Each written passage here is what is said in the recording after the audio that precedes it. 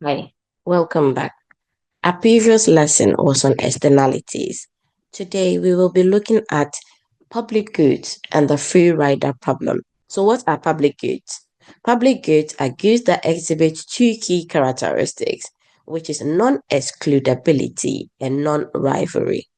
So, what do we mean by non excludability? So, once a public good is provided, it's difficult or costly for one individual to be excluded or to exclude others from enjoying the benefits. This feature of public good ensures that everyone in the society has access to the benefit of the public good. An example of this is street light. Once a street light is installed, the benefits it gives is for everyone in the vicinity. And it is very challenging to exclude people from using it. You cannot tell somebody to stop using the street light when you have provided it on the street. So once you provide a good like that, you cannot exclude anybody in that vicinity from enjoying the brightness of the light. So this is non-excludability. You cannot stop somebody from using that good. Then the next characteristics of public good is non-rivalry. Now, what we mean by non-rivalry is that the consumption of a public good by one individual does not reduce its availability or utility for others. This means that public good can be enjoyed by multiple individuals simultaneously without diminishing their value. Now, an example of this is clean air. So one person breathing clean air does not reduce the amount available for other people. So if clean air is a public good, and then one person, your neighbor, is breathing in clean air, it doesn't limit the amount of air available for you to breathe. So this is what we call non-rivalry. Someone consuming that good does not limit your chances of also consuming that good. So these two characteristics are what makes any good a public good. So if a good exhibits both characteristics, then it is a public good. If it exhibits just one and not the other, it's not a public good. And we'll look at other types of goods in the latter part of this lesson. Now that we know what a public good is and the characteristics of public goods, let's move on to what we call the free rider problem. So what's the free rider problem? So, when people cannot be easily excluded from using a good or service, then a particular kind of externality problem arises, which is known as the free rider problem. So, think about when you were in school or in college and you were given a homework and it was a group work and there were three or five of you and there was somebody who didn't participate in the assignment but then still got the same mark as you, then that is a free rider problem. So the free rider problem occurs when somebody can enjoy the benefit of a good or service without bearing the cost. And in similar light, you can look at the street light. If the community decides that let's contribute to buy the street light, and there's one household that they refuse to contribute for that street light, but then the other people contributed and the street light is installed anyways. Now you have installed the street light without their contribution, but you cannot exclude them from consuming that street light, then that is the free rider problem.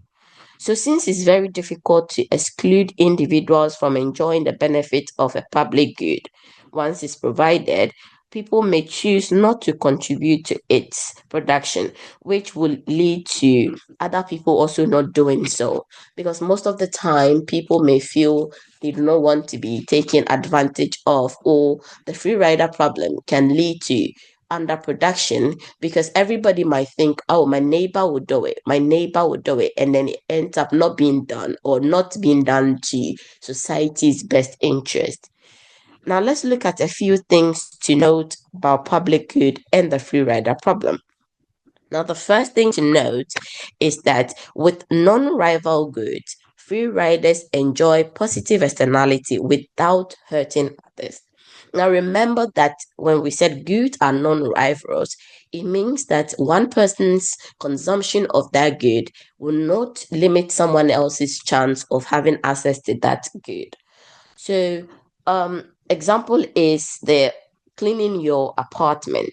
So, when you live with your flatmate and you clean the apartment all by yourself without the help of your flatmate, now that the flat is clean, your flatmate will also enjoy a clean apartment, even though they did not help you. So, the benefit your flatmates enjoy from the clean home doesn't come at any extra cost to you because you still get to enjoy your clean home too. What this means is consumption of clean homes are non-rivalrous. And since you cannot exclude your flatmate from benefiting from your action, then this is a positive externality result. So what this means is that when a good is non-rivalrous, free riders enjoy positive externality from your action, but that enjoyment does not hurt you or hurt others because in any case you are also benefiting. Now the next thing is when goods or services are rivalrous and it's easy to exclude those who do not pay, there is no free rider problem. Now remember that a rival good is one for which your use of it comes at someone else's expense. So this is the opposite of non-rival. So any good that when you're using it, someone else doesn't have access to it. For instance, your mobile phone. If you are using it, then someone else cannot have access to it. So that good is rivalrous. So another example is a chocolate or a snack on a common table. So if you eat that chocolate on the table, I can't have it, which makes it a rival good. And then if you don't pay for the chocolate, the seller won't give you that chocolate. So it makes it excludable. So since sellers can easily exclude people from consuming a good or benefiting from a good if they don't pay for it, then there's no free rider problem here because free rider comes in when you cannot exclude somebody from benefiting from an action or a good if they do not pay for it. But once you can stop somebody from getting access to a good, then free rider problem won't arise here because if you don't pay for it, then you don't have access to it. So, because there is no externality from your consumption of chocolate, then the market produces the socially optimal number of chocolate. So, when a good is rivalrous and it's very easy to exclude somebody who doesn't pay, then we don't have to worry about free rider problem. And this can very easily lead to efficient production. Now, another thing to note about free rider problem and the public good is this number 3 here. So this says public goods are non-rival goods suffering from the free rider problem. Now, since public goods are both non-excludable and non-rivalrous, they suffer from the free rider problem. So this is in contrast to what we have said in point 2 because public goods suffer from the free rider problem because of their two characteristics, because they are non-excludable and then they are non-rivalrous. An example is once a street light is installed, it doesn't matter who paid for it. Anyone in the vicinity will benefit from it, even if they did not contribute to it. So this results in the free rider problem. People can avoid paying for it and still benefit from it. So because of the non-excludability and the non-rivalrous characteristics of public goods, this is why the free rider problem mostly arises. Now, the fourth thing to note is that market underproduces public good. Why is this the case? So public goods, they create a positive externality for those who enjoy them without paying. And like positive externalities, more generally, this means that the equilibrium quantity will be below the socially optimal quantity.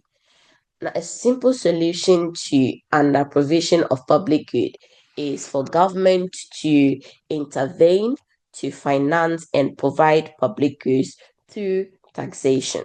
So what we're saying is that most of the time, The existence of public good leads to underproduction of what will be efficient for the market, because as we said, people might hesitate from contributing to that production. So for instance, for the street light or even cleaning your apartment, you may feel like, oh, my neighbors are taking advantage of me, so then it I will not clean the house so that all of us will not benefit. Or everybody will think, if I don't clean it, someone else will do it. So this back and forth will also lead to underproduction. And usually the government to step in to produce public goods or to subsidize it to lead to a socially optimal level. Then the last thing to note here is that public goods can be provided by communities or individuals. They are not goods that are provided by government alone. They can be provided by individuals. So this is usually called privately provided public goods. So for instance, the street lights, the community can come together and buy the street lights, or looking at cleaning your apartment. A clean apartment can be provided by an individual, even though it's a public good. Now that we know some things about public goods and free rider problem, let's move on to the common resource problem. So far we've covered the case of public goods, which are both non-rivalrous and non-excludable. But then what happens when rival goods are excludable? Goods that are rivalrous but excludable are called common resources. So this example of this is fishes in the sea. Now it's rivalrous because there is limited number of fishes in the sea. So if you engage in fishing and you catch maybe too many fishes, then it limits the amount that is available for someone else. So this is rivalrous good. But then it's non-excludable because anyone can go and fish. So we cannot prevent you from fishing, especially if the resource, the river belongs to the community and it's not a private property. Then you cannot stop anybody from fishing. But then the amount of fishes available for someone else is dependent on what another person does. So this good is what we call the common resource. Now, some things to note about this is that common resources can lead to the what we call the tragedy of commons. So what is the tragedy of commons? It's a situation where individuals acting in their self-interest, they deplete a shared resource, which lead to suboptimal outcome for the entire group.